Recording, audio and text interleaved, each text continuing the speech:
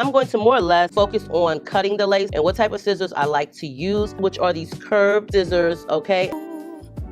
All right, ladies, so the first thing you want to do is make sure you have some clips.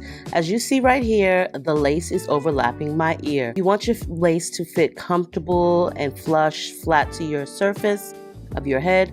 You want to go ahead and make a part directly above your earlobe, like so. And you see that part right there? And what we're going to do is we're going to take our scissors and we're just going to cut directly onto that part, removing that excess lace. This will allow your lace front wig to fit properly. As you see, my ear is out and is no longer covered.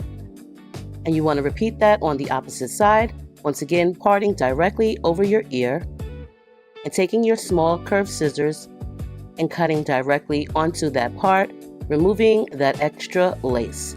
Doing this method will not destroy, ruin the wig at any cost. This will be fine. Now to cut the lace, we're going to cut it into 3 sections, like so. And like I said, I do prefer a smaller pair of scissors. That way the scissors do not cut any extra lace because they are so big. Now the first thing you want to do, regardless if you're going to use glue or not, is you want to clean the hairline. And now I'm going to take those scissors and I'm going to first cut into it.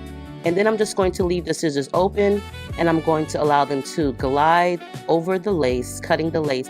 And I'm going to move my hands like so in an up and down pattern so that way the lace is not a blunt, straight cut. And as you just see here, the lace is kind of like a jagged cut, which is great. And as you can see right here, you cannot see the lace at all. And I'm going to repeat that same method on the front portion of the lace. And of course I did speed it up some. And you just want to allow the scissors to glide across the lace. While holding your lace, just allow your fingers to move up and down and allow those scissors to glide across the lace. And that's basically it when cutting your lace. This will make the best method in my opinion. I always suggest a small pair of curved scissors. That way you don't cut too much lace at one time.